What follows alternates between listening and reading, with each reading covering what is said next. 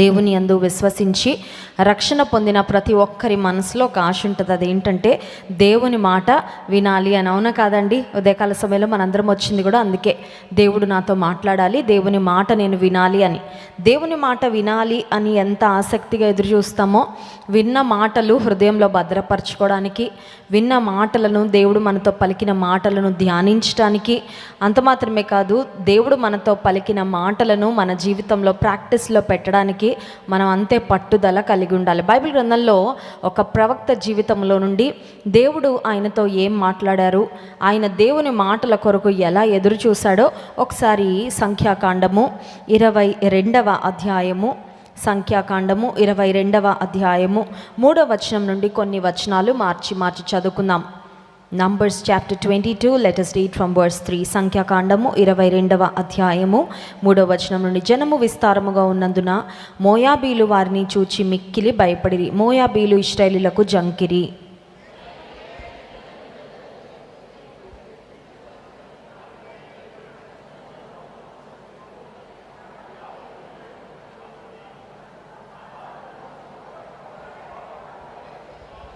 కాబట్టి అతడు బెయోరు కుమారుడైన బిలామును పిలుచుటకు అతని జనుల దేశమందలి నదియొద్దనున్న పెతోరుకు దూతల చేత ఈ వర్తమానము పంపెను. చిత్తగించుము, ఒక జనము ఐగుప్తులో నుండి వచ్చెను. ఇదిగో వారు భూతలమును కప్పి నా ఎదుట దిగి ఉన్నారు.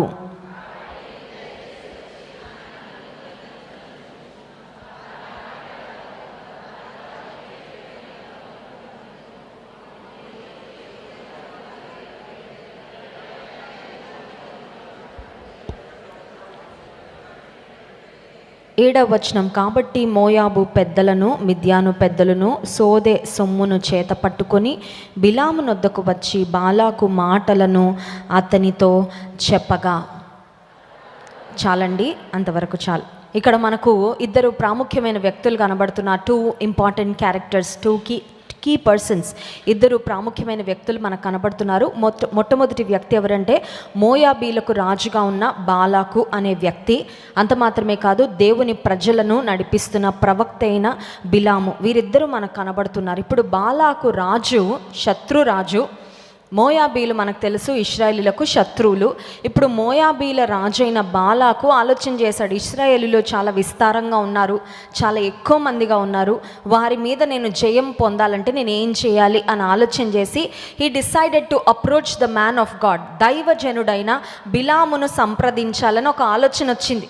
ఎందుకంటే బాలాకుకు తెలుసు దైవజనుని పక్షంగా దేవుడు ఉంటాడు, దైవజనునితో దేవుని శక్తి ఉంటుంది, దైవజనుని దగ్గర నేను ఆయనను సంప్రదిస్తే నా సమస్యకు పరిష్కారం దొరుకుతుంది, నాకు ఒక సొల్యూషన్ దొరుకుతుంది అని మరి రైట్ ఇన్ఫర్మేషన్ బాలాకు రాజు దగ్గర ఉంది.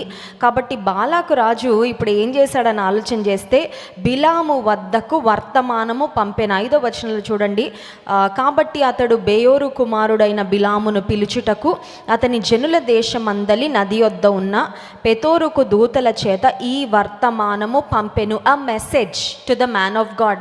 దైవజనునికి వచ్చిన ఒక వర్తమానం అంటే ఈరోజు పరిభాషలో మనం చెప్పుకుంటే SMS, వాట్సాప్ మెసేజ్ కదా. ఉదయం లేవగానే అనుకుంటాము మోకాలు వేసి ప్రార్థన చేసుకోవాలి, ఒక అరగంట సేపు, ఒక గంట సేపు నేను దేవునితో సమయం గడపాలి. ఈ లోపల ఒక చిన్న శోధన వస్తుంది. అదేంటంటే వాట్సాప్లో ఏమైనా మెసేజ్లు వచ్చాయేమో చూద్దాము, టెక్స్ట్ మెసేజ్లు ఏమైనా వచ్చాయేమో చూద్దాము, ఒక్కసారి అక్కడికి వెళ్ళి వచ్చేద్దామని అక్కడికి వెళ్తాం. అక్కడికి వెళ్ళిన తర్వాత ఏమవుతుందంటే ఈ లోపల ఎవరో రింగ్ చేస్తారు, అది అన్నోన్ నంబర్, ఎవరో కూడా మనకి తెలియదు. అప్పుడు మనసులో నుంచి ఒక ఉబలాట, అదొక ఇంపార్టెంట్ కాల్ అయితే ఏంటి మిస్ అయిపోతావు, ఒకసారి మాట్లాడే పర్వాలేదు, సరే అక్కడికి వెళ్ళి ఆ కాల్ ఆన్సర్ చేసాక ఓకే అది మనకు అంత ముఖ్యమైన కాల్ కాదని తెలుస్తుంది. ఇంత లోపల వేళ్ళు ఎక్కడికి వెళ్తాయంటే మిస్డ్ కాల్స్ ఏమైనా వచ్చాయని అక్కడికి వెళ్ళిపోతాయి కదా.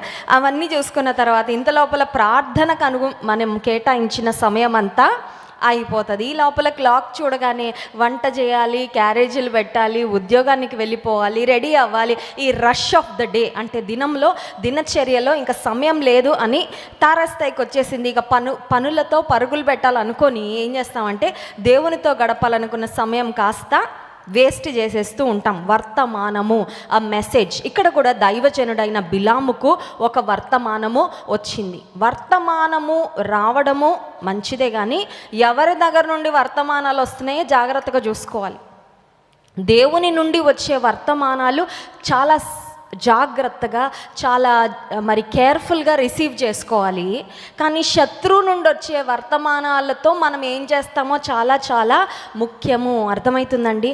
దేవుని నుండి, దేవుని సేవకుల నుండి, దేవుని బిడ్డల నుండి వచ్చే మాటలు, వర్తమానాలు మనకి ఉపయోగకరంగా, మనకి ప్రోత్సాహకరంగా, మనకి దీవెనకరంగా ఉంటాయి. కానీ అపవాది పంపించే వర్తమానాలు కూడా కొన్ని ఉంటాయి. ఇప్పుడు వర్తమానం వచ్చింది కాబట్టి ఏ వర్తమానం నా దగ్గరకు వచ్చినా దాని గురించి నేను ఏదో ఒక యాక్షన్ తీసేసుకోవాలని ఉబలాట పడకూడదు. కొంతమంది ఏంటంటే మెసేజ్ రాగానే ఎవరి నుండి వచ్చిందో వాళ్ళు నన్ను సంప్రదించారు కదండి, నేను ఏదో ఒకటి చేసేయాలండి, నేను అంత ముఖ్యమైన వ్యక్తిని కాబట్టి నన్ను వారు వచ్చి సంప్రదించారు, నా సహాయం అడిగారు, నా సలహా అడిగారు, లేదంటే నేను ఏదో చెయ్యాలంట, లెట్ మీ డూ సంథింగ్ అని కొన్నిసార్లు ఎవరి నుండి వర్తమానం వచ్చిందో ఆలోచించకుండా we want to take action. కానీ ఇక్కడ మనం గమనించినట్లయితే శత్రురాజు, మోయాబీల రాజు అయిన బాలాకు బిలాము ప్రవక్తకు వర్తమానం పంపించగానే యాక్చువల్గా బిలాము ప్రవక్త అలర్ట్ అయిపోవాలి. ఏమనంటే శత్రువు నుండి వచ్చిన వర్తమానము, నేను అంత త్వరగా యాక్షన్ తీసుకోవడానికి వీలు లేదు. ఎందుకంటే శత్రువు ఎప్పుడైనా మన క్షేమాన్ని కోరతాడా? శత్రువు ఎప్పుడైనా మనకి మంచి చేయాలనుకుంటాడా? శత్రువు అంటేనే మన పతనాన్ని కోరుకునేవారు శత్రువులు, మనం క్రింద పడితే చూడాలనుకునేవారు శత్రువులు, మన నాశనాన్ని ఆకాంక్షించేవారు శత్రువులు.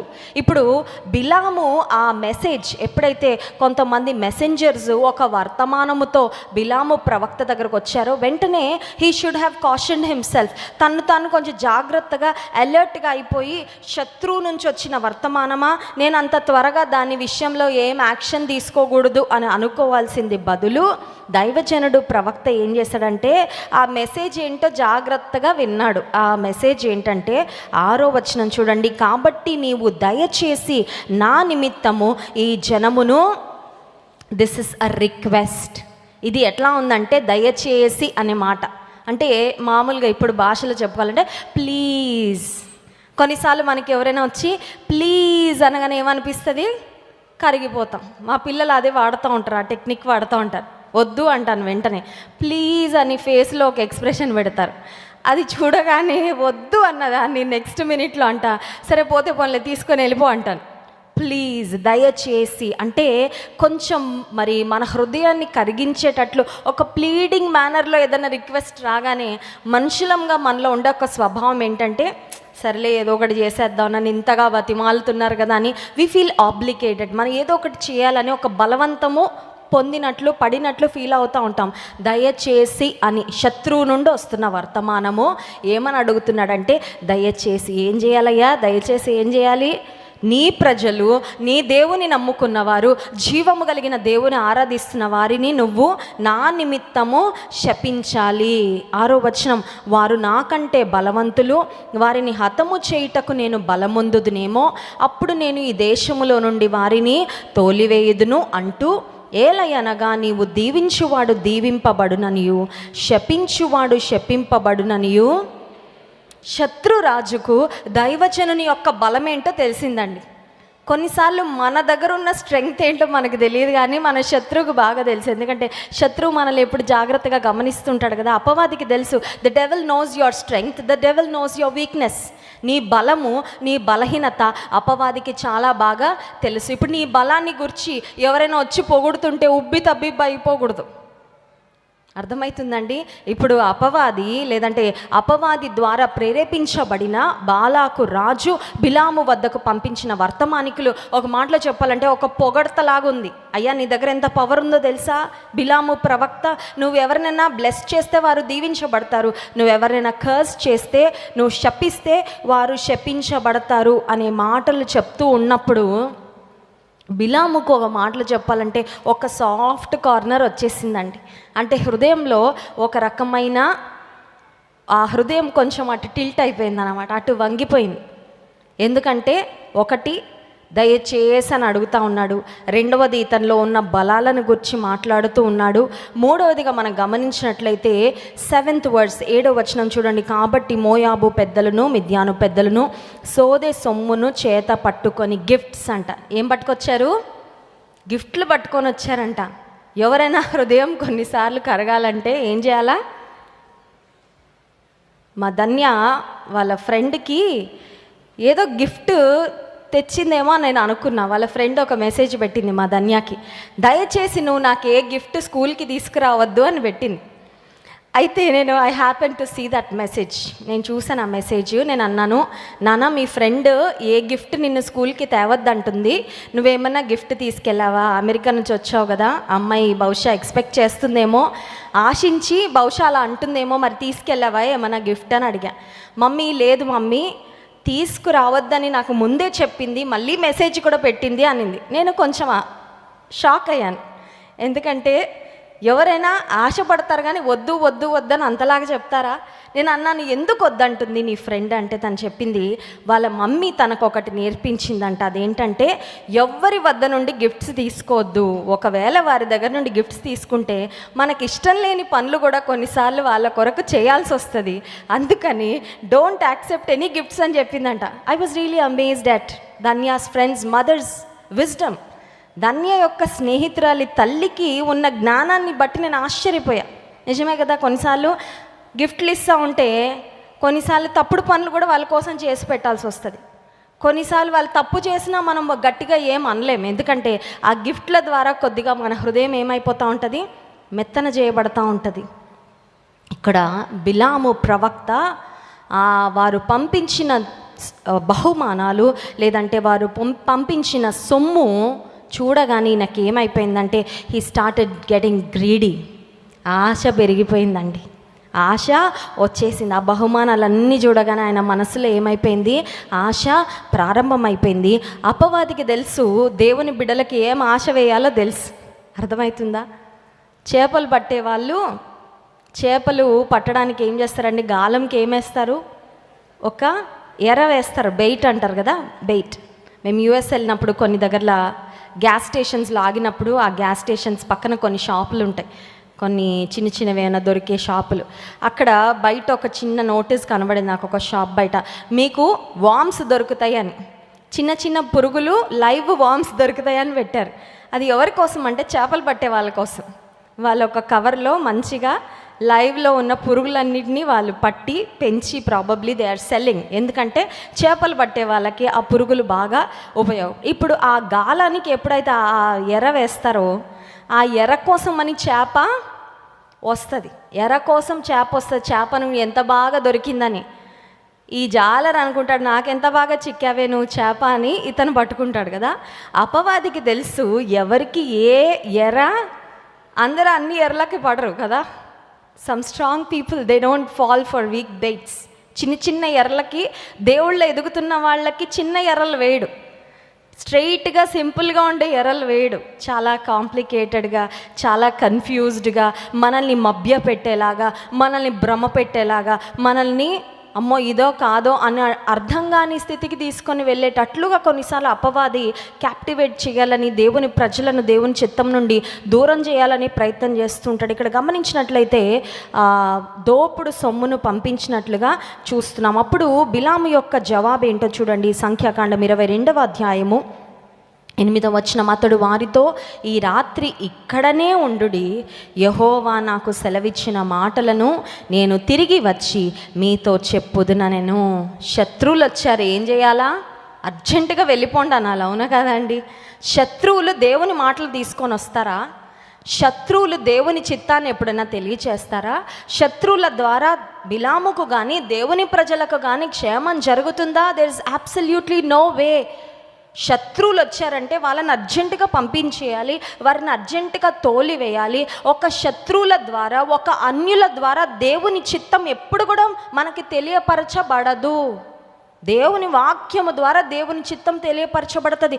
దేవుని సన్నిధిలో దేవుని చిత్తం తెలియపరచబడుతుంది. ప్రార్థనలో కనిపెట్టినప్పుడు దేవుని చిత్తం తెలియపరచబడుతుంది. అంతేగాని టీవీ సీరియల్ ద్వారానో లేదంటే ఒక టీవీలో లేదంటే కంప్యూటర్లో మీరు చూసి ఒక సిరీస్లోనో దేవుని చిత్తము తెలియబడే అవకాశమే లేదు. ఎందుకంటే అక్కడ అడ్రస్ అక్కడ ఉండదండి. దేవుని చిత్తము, దేవుని వాక్కులు లోక సంబంధమైన వాటి ద్వారా ఎప్పుడు కూడా రావు. అయితే ఇక్కడ మనం గమనించినట్లయితే బిలాములో ఒక దురాశ ప్రారంభమైన తర్వాత అంటున్నాడు, మీరు ఇక్కడే ఉండండి, ఎక్కడికి వెళ్ళొద్దు. అంటే ఇప్పుడు బిలాము మనసులోకి ఏమి ఆలోచన వచ్చిందంటే, వారు తీసుకొచ్చిన దోపుడు సొమ్ము, వారు తీసుకొచ్చిన బహుమానాలన్నీ పొందుకొని అప్పుడు వారు ఏం అడిగితే అది చేసి పెడదాము అనే ఒక మనసు బిలాములో కనబడుతున్నట్లుగా మనం చూస్తాం. అందుకని అంటున్నాడు, దేవుని అడుగుతాను. దేవుని చిత్తానికి విరుద్ధమైనవి దేవుడు అడిగినా దేవుడు ఒప్పుకుంటారా? దేవా నేను దొంగతనానికి వెళ్ళనా అని ఒక దొంగ దేవుడిని అడిగితే ఒప్పుకుంటాడండి దేవుడు? దేవా నేను పలానా వారిని మోసం చేయాలనుకుంటున్నాను, చేయనా అని ఒకవేళ ఎవరైనా దేవుని దగ్గర అడిగితే దేవుడు ఒప్పుకుంటారా? నేను ఎగ్జామ్లో ఏమీ చదవలేదయ్యా, నేను కాపీ చేద్దాం అనుకుంటున్నాను, కాపీ కొట్టనా అని దేవుడిని అడిగితే ఏం చెప్తాడు? అసలు అడగాల్సిన అవసరం కూడా లేదు. ఎందుకంటే మోసం చేయడం, తప్పుడు మార్గాలలో, అక్రమ అన్యాయం మార్గాలలో వెళ్ళడం దేవుని చిత్తం కాదు. మళ్ళీ స్పెషల్గా మనం వెళ్ళి అడగాల్సిన అవసరం లేనే లేదు. అని ఇక్కడ మనం చూసినట్లయితే బిలాము జీవితంలో దేవుని చిత్తము అది దేవునికి వ్యతిరేక్తం అని తెలిసిన మళ్ళీ వెళ్ళి అడుగుతున్నాడు, ఇది నీ చిత్తమేనా అని అడుగుతా ఉన్నాడండి. దేవుని చిత్తాన్ని తెలుసుకోవడంలో, దేవుని చిత్తంలో 2 భాగాలు ఉంటాయి. మొట్టమొదటిది ఏంటంటే పర్ఫెక్ట్ విల్ ఆఫ్ గాడ్, దేవుని యొక్క సంపూర్ణమైన పరిపూర్ణమైన చిత్తము. దేవుని యొక్క పరిపూర్ణమైన చిత్తము దేవుడు మన జీవితంలో నెరవేర్చాలి అనేది ఆయన ఆశ, ఆయన కోరిక. కానీ రెండవది ఏంటంటే దేవుని యొక్క పర్మిసివ్ విల్ అంటారు. ఫస్ట్దేమో పర్ఫెక్ట్ విల్ ఆఫ్ గాడ్, దేవుని యొక్క పరిపూర్ణమైన చిత్తము. రెండవది పర్మిసివ్ విల్ ఆఫ్ గాడ్ అంటే అర్థం ఏంటంటే అనుమతించే చిత్తం. ఆయనకి ఇష్టం లేకపోయినా అనుమతిస్తాడు. నిశ్చితమేనా, నిశ్చితమేనా, నిశ్చితం అని చెప్పు, నిశ్చితం అని చెప్పు. పిల్లలు ఉంటారు కదా, వెళ్ళొద్దురా, బయటకు వెళ్ళొద్దురా, వెళ్ళొద్దు వెళ్ళొద్దు వెళ్ళదు, వెళ్ళమని చెప్పు మమ్మీ, వెళ్ళమని చెప్పు మమ్మీ, వెళ్ళమని చెప్పు మమ్మీ. 10 సార్లు అడిగితే ఏమంటుంది తల్లి? ఇష్టం లేకపోయినా వెళ్ళలే, నాకు ఇష్టం లేదు, కానీ నువ్వు అడుగుతున్నావు కాబట్టి, నువ్వు మారం చేస్తున్నావు కాబట్టి I'm letting you go. Bapatla దగ్గర బీచ్లో ఈ గడిచిన వారంలో 4-5 యవనస్తులు వెళ్ళారు. చాలా హ్యాపీగా వెళ్ళారు. వెళ్ళేటప్పుడు కూడా మంచి సెల్ఫీ వీడియో తీసుకున్నారు. వాళ్ళు ఎంత ఆనందంగా, ఎంత హుషారుగా ఉన్నారు. బాపట్ల బీచ్కి వెళ్ళిన తర్వాత రాక్షస అలలు వచ్చి ఈడ్చుకొని వెళ్ళిపోయాయి. 5 యవనస్తులు మంచి యవన కాలంలో ఉన్నారు, అందరు చనిపోయారండి. శవాలుగా ఇంటికి తిరిగి వచ్చారు. ప్రాబబ్లీ ఆ రోజు వెళ్ళేటప్పుడు వారిలో ఎవరో ఒకరు ఫ్యామిలీలో తల్లో తండ్రో వెళ్ళకండరా అని చెప్పుండకపోవచ్చా? చెప్పే ఉండుంటారు, ఆ బీచ్ అంత సేఫ్ కాదురా, మీరు వెళ్ళడం మాకు ఇష్టం లేదు, ఇక్కడ నుండి అంత దూరం వెళ్ళాలా అని బహుశా తల్లిదండ్రులు ప్రాధేయపడి ఉంటారేమో, చెప్పుంటారేమో.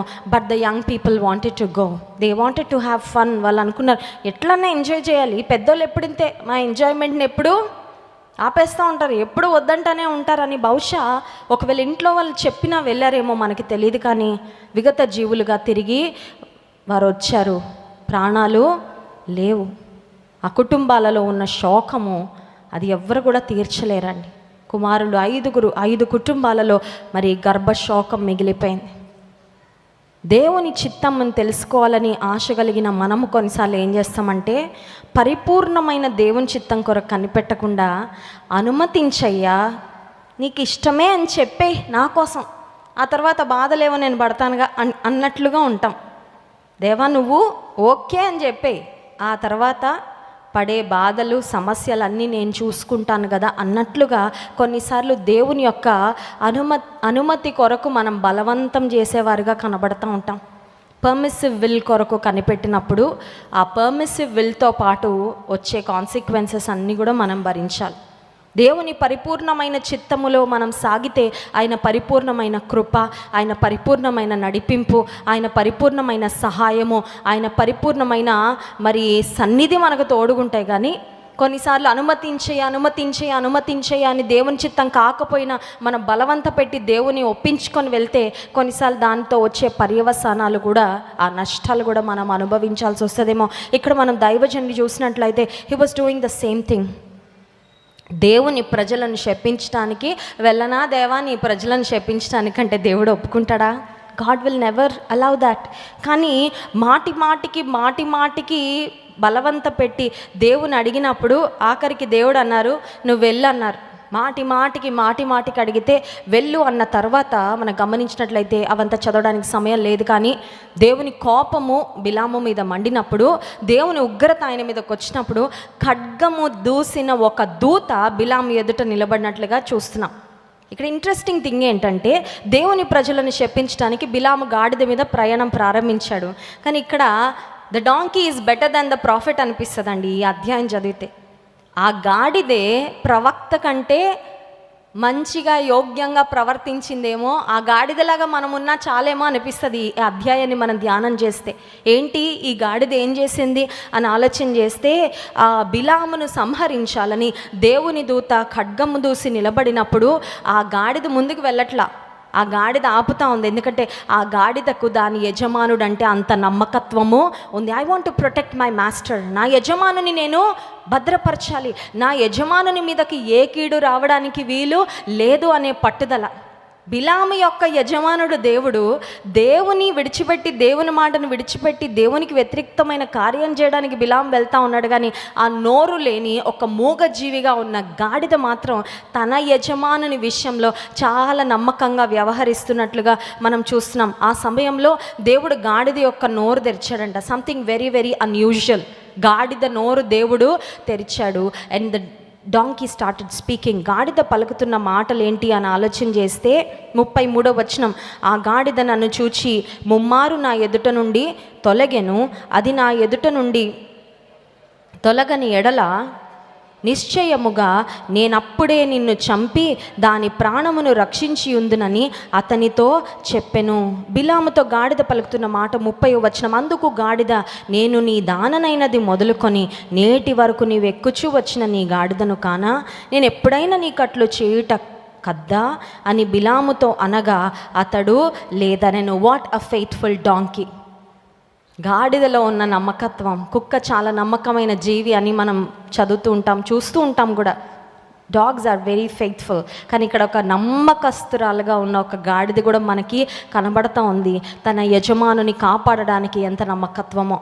అయితే దేవుడు గాడిదకు మాట ఇచ్చినప్పుడు గాడిద ఒక క్లారిటీ ఇచ్చింది బిలాముకు, నీ ప్రాణాన్ని కాపాడడానికి నేను ఈ పని చేశానంటే అప్పుడు దేవుని దూత బిలాముతో చెప్పిన మాట ఏంటంటే, ఈ గాడిదే కనుక అడ్డుపడకపోయింటే ఈ గాడిదను బ్రతకనిచ్చి నేను నిన్ను సంహరింప చేసేవాడిని అని చెప్పినప్పుడు అప్పుడు బిలాము తిరిగి దేవుని చిత్తానికి అప్పగించుకొని, దేవా నువ్వు నా నోట ఏం పెడితే నేను అదే మాట్లాడతా. చూడండి 38వ వచనం, సంఖ్యాకాండం 22:38, అందుకు బిలాము, ఇదిగో నీ యొద్దకు వచ్చి తిని అయిననేమి ఏదైనా నువ్వు చెప్పుటకు నాకు శక్తి కలదా, దేవుడు నా నోట పలికించి మాటయే పలికెదనని బాలాకుతో పాఠం నేర్చుకున్నాడు దైవజనుడు. దేవుని మాటను బలవంతంగా తీసుకొని నేను వచ్చాను, కానీ బుద్ధి అయితే వచ్చింది. I've learned my lesson, I've understood, I realised my mistake. నాలో ఉన్న పొరపాటు నేను తెలుసుకున్నాను, పాఠం నేర్చుకున్నా. దేవుడు నా నోట ఏం పెడతారో నేను అదే పలుకుతా. ఒక మాట చెప్పమంటారా? విశ్వాస జీవితంలో దేవుని మాట శ్రద్ధగా వినడం నేర్చుకుంటే, దేవుడు మన నోట పెట్టిన మాటలు మాత్రమే పలకటం నేర్చుకుంటే మనం దేవుని నోటి వలె మారుతామండి. ఒకసారి స్తోత్రం చెప్దామా? హల్లెలూయా. దేవుని నోటి వలె ఎవరు మారుతారంటే, దేవుని మాటలు శ్రద్ధగా విని హృదయాలలో పదిలపరుచుకొని దేవుని ఆజ్ఞానుసారంగా బ్రతుకుతూ బిలాము ఇప్పుడు ఎట్ ది ఎండ్ పాఠం నేర్చుకున్న తర్వాత, జ్ఞానోదయం అయిన తర్వాత ఏం మాట పలికాడు? దేవుడు నా నోట ఏ మాట ఉంచారో నేను అదే పలుకుతా. I will not speak whatever comes to my mind, I will not do whatever I feel like doing. నాకు చేయాలనిపించిందండి, చేసేసాను. జైల్లో ఉన్న వాళ్ళందరూ కూడా అదే కదా చెప్పేది. లాయర్ ముందు నిలబెడితే ఏమంటారండి? చంపాలనిపించిందండి, చంపేశానండి. అది కొట్టేయాలనిపించిందండి, కొట్టేశానండి. అంతే కదండి. So many times we are very impulsive. భావోద్వేగాల ద్వారా మనం డ్రైవ్ చేయబడతాం. చేయాలనిపించింది చేశాను, అనాలనిపించింది అనేసాను, పలకాలనిపించింది పలికేశాను. ఆ మాట అన్నాక రిలీఫ్ అయిపోతారు కొంతమంది, అవునే కదా? ఎదుటివారు ఏదో అన్నారు, ఆ మాటకి మాట ఇచ్చేస్తే అప్పుడు ఏమవుతుంది? రిలీఫ్. కొన్నిసార్లు టీవీ ఛానల్స్లో కూడా మాటకి మాట అని ఒక షార్ట్ వేస్తూ ఉంటారు కదా. ఈ పార్టీ ఒక మాట, ఆ పార్టీ ఇంకో మాట, డిషం అయిపోద్ది కదా. కరెక్ట్ రెండు ఎలా ఉంటాయంటే చాలా ధీటుగా పోటాపోటీగా, మనం కూడా అలాగే కాసుకొని ఉంటారు. నన్ను ఎవరేమంటారు అన్నారా, okay let me give back, నేను ఏదో ఒక మాటకి మాట అనేయాలి, అయిపోతుంది అప్పుడు. కానీ ఇక్కడ దైవజనుడు బిలాము బాలాకుతో ఒక మాట అంటున్నాడు, దేవుడు నా నోట పలికించు మాటయే పలికేదనని బాలాకుతో చెప్పిన ఒక చిన్న కంపారిజన్ నేను చెప్పి ముగిస్తాను. బిలాము ప్రవక్త, చాలా వయసు అనుభవం ఉన్న ప్రవక్త, దేవుని స్వరాన్ని వినిన ప్రవక్త, దేవుని కొరకు వాడబడుతూ వచ్చిన ప్రవక్త. కానీ ఒకానొక సందర్భం వచ్చేసరికి ఆ దోపుడు సొమ్ముకు, ఆ బహుమానాలకు ఆశించి దేవుని చిత్తం నుండి పక్కకు తొలగడానికి ఇష్టపడ్డాడు. కానీ మొదటి సమూయేలు గ్రంథం 3వ అధ్యాయము 1వ వచనంలో మనం చూసినట్లయితే మనకు ఒక చిన్న బాలుడు కనబడతాడు. He's very young and inexperienced, అంత వయసు కానీ అనుభవం కానీ లేదు. అయితే బాలుడైన సమూయేలు చూడండి, బాలుడైన సమూయేలు ఏలి ఎదుట యెహోవాకు పరిచర్య చేయుచుండెను. ఆ దినములలో యెహోవా వాక్కు ప్రత్యక్షమగుట అరుదు, ప్రత్యక్షము తరచుగా తటస్థించుట లేదు. ఇక్కడ బిలాముకు మాటి మాటికి దేవుడు మాట్లాడుతూనే వచ్చాడు అడిగిన ప్రతిసారి. అక్కడ సమూయేలు దేవుని మాట కొరకు ఎదురు చూడట్లా. He was not ready, he was not asking God to reveal his will. దేవా నువ్వు మాట్లాడని సమూయేలు ఏం అడగట్లేదండి. కానీ ఏం చేస్తున్నాడు సమూయేలు అంటే, he was very obedient, he was very faithful, he was very committed in doing what God wanted him to do.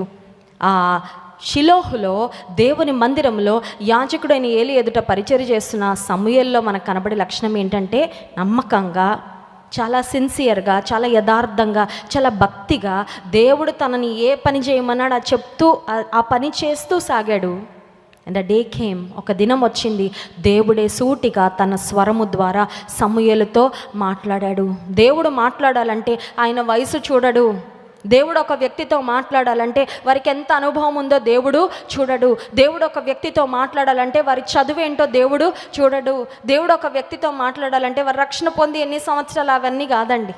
దేవుడు ఒక వ్యక్తితో మాట్లాడాలంటే ఆ వ్యక్తి దేవుని ఎదుట భయభక్తులు కలిగి యథార్థముగా బ్రతుకుతూ ఆయన చిత్తము కొరకు కనిపెడుతూ జీవిస్తే దేవుడు నిశ్చయంగా మాట్లాడే దేవుడు. మనం గమనించినట్లయితే మొదటి సమూయేలు గ్రంథం 3వ అధ్యాయంలో ఇశ్రాయేలీయుల ఎడల దేవుడు చేయబోతున్న కార్యాలన్నీ కూడా ఒక బాలుడైన సమూయేలుకు దేవుడు మరి తెలియజేసినట్లుగా లేఖన భాగంలో మనం గమనించగలం. నీ జీవితంలో కూడా దేవుని చిత్తం తెలుసుకోవాలని ఆశ నీకుందా? ఈ ఉదయకాల సమయంలో దేవుని మేలులు పొందుకోవడమే కాదు, దేవుని అద్భుత కార్యాలు పొందుకోవడమే కాదు, దేవుని నుండి ఒక బ్రేక్ త్రూ కొరకు నువ్వు ఎదురు చూడడం మాత్రమే కాదు, కానీ దేవుని చిత్తం తెలుసుకోవాలని నాకు ఆశ ఉందయ్యా, నీ చిత్తము నెరవేర్చాలని నాకు ఆశ ఉంది ప్రభువా, నాతో మాట్లాడవా నువ్వు అడిగితే దేవుడు నిశ్చయంగా నీతో మాట్లాడతాడు. మన చిత్తాన్ని ప్రక్కన పెట్టి, మన ఇష్టాన్ని ప్రక్కన పెట్టి, మన ఆలోచనలు ప్రక్కన పెట్టి, ఒక మాటలో చెప్పాలంటే సమూయేలు జీవితం, he was like a blank paper, ఒక తెల్లని కాగితం లాగా ఉందండి. కానీ బిలాము దేవుని ఎదుట వెళ్ళినప్పుడు బిలాము ఆల్రెడీ డిసైడ్ అయిపోయి వెళ్ళి అడుగుతున్నాడు. It was more like a formality rather than asking for God's will.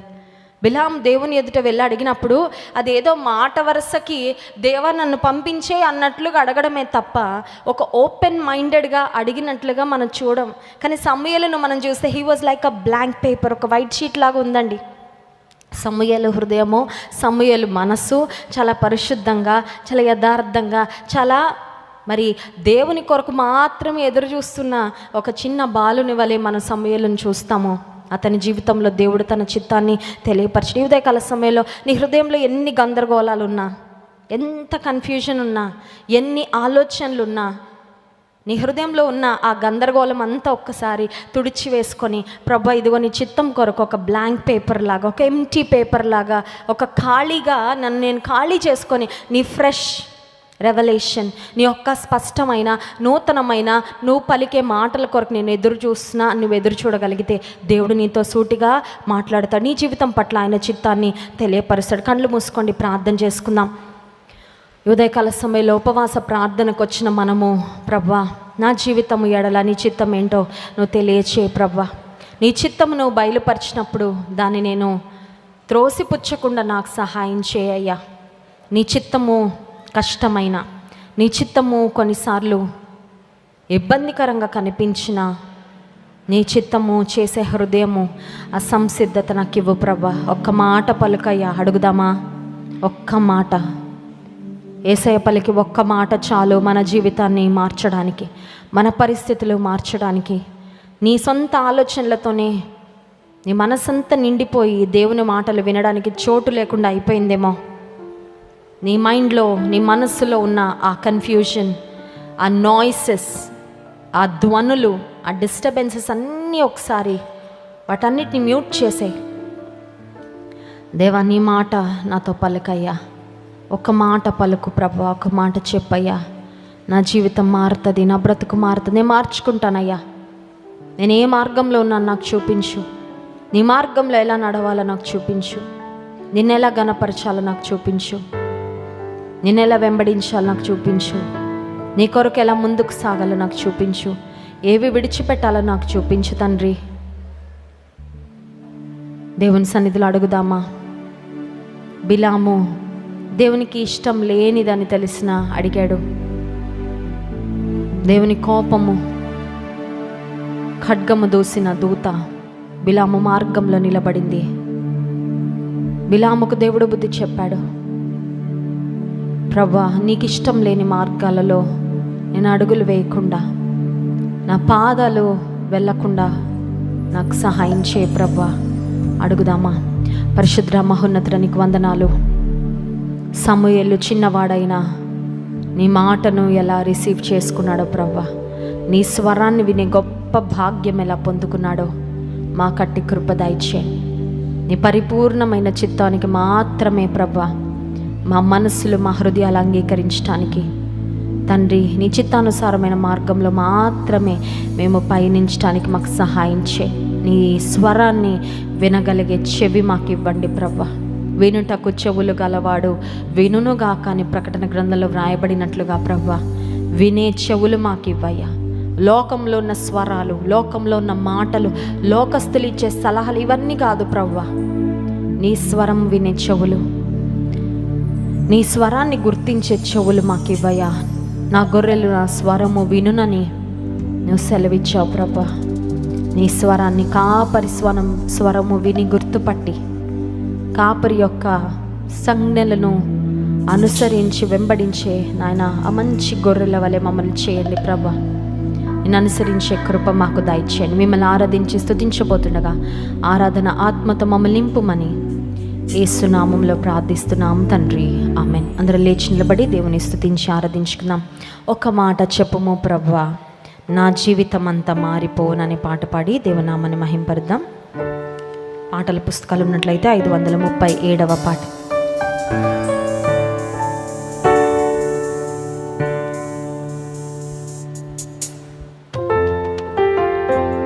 నీ మాటలో బలం, నీ మాటలో మధురం, నీ మాటలో అంతా సంతోషం.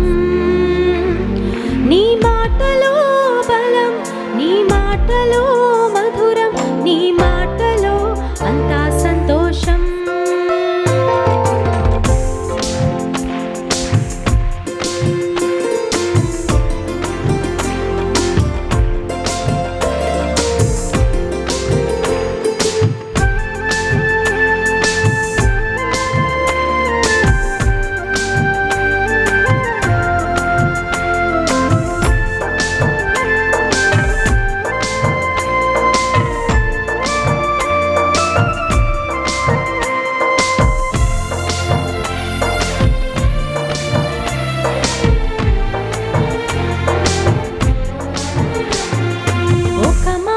చెప్పుము ప్రభువా, నా జీవితమంతా మారిపోవును. ఒక మాట చెప్పుము ప్రభువా, నా జీవితమంతా మారిపోవును. నీ మాటలో బలం, నీ మాటలో మధురం, నీ మాటలో అంతా సంతోషం. నీ మాటలో బలం, నీ మాటలో మధురం, నీ మాటలో అంతా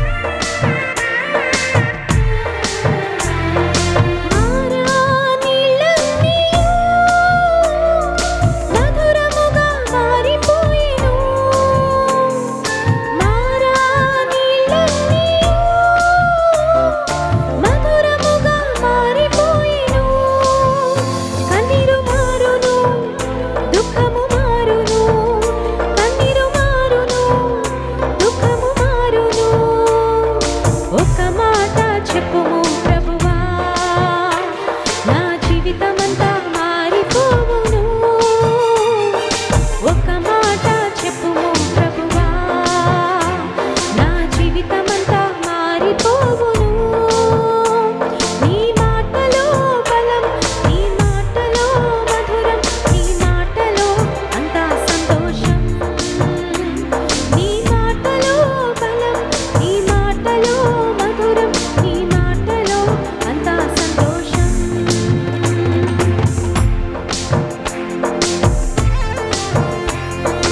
ఈ మాటతో చీకటి బ్రతుకులు వెలుగుగా మారాయ్యా. మాట సెలవి ప్రభువా, నా జీవితం మారుతుంది.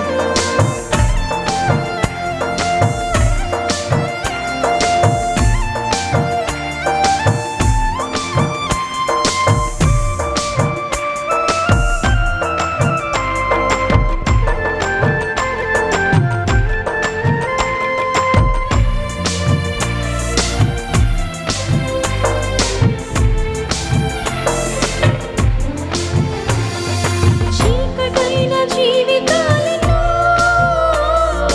వెలుగుగా మారిపోయెను.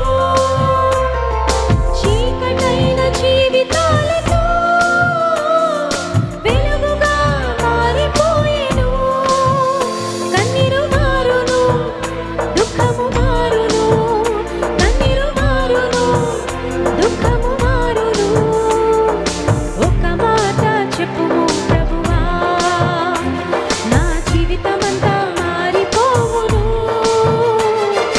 ఒక మాట చెప్పుము ప్రభువా, నా జీవితమంతా మారిపోవును. నీ మాటలో బలం, నీ మాటలో మధురం, నీ మాటలో అంతా సంతోషం.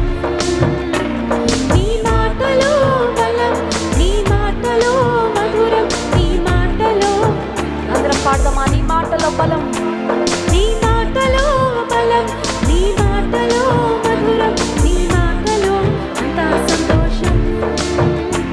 నీ మాటలో బలం, నీ మాటలో మధురం, నీ మాటలో అంతా సంతోషం. నీ మాటలో అంతా సంతోషం. నీ మాటలో అంతా సంతోషం. హల్లెలూయా. కండ్లు మూసుకొని రెండు చేతుల ఆకాశం వైపెత్తి, ఎంత మంచి దేవుడవయ్యా, నా చింతలన్నీ తీర్చేవాడవు, నీకు స్తోత్రం అనే దేవుని స్తుతిద్దామా?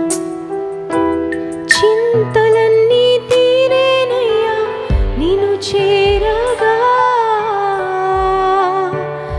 ఎంత మంచి దేవుడవేసయ్యా,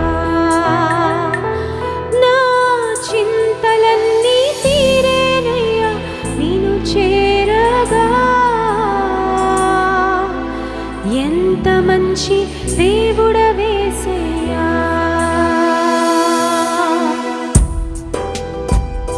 దేవుని మంచితనాన్ని ధ్యానించుకుంటూ ఆయన స్తుతిద్దామా? ఎంత మంచి దేవుడవయ్యా, ఎంత గొప్ప దేవుడవయ్యా, ఎంత కృప కలిగిన వాడవయ్యా.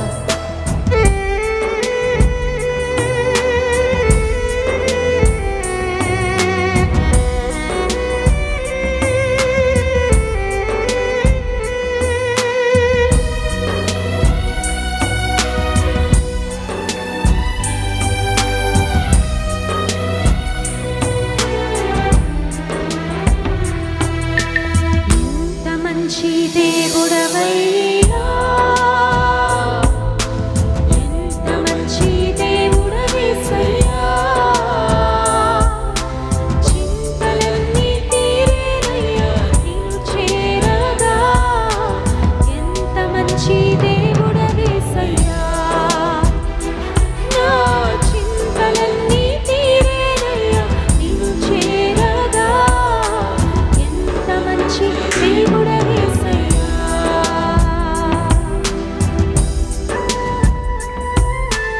నా పాప బ్రతుకును దృష్టించి నా పాపమును కడిగి పరిశుద్ధపరిచిన దేవా, నీ సొత్తుగా చేసుకున్నవాడ స్తోత్రమయ్యా.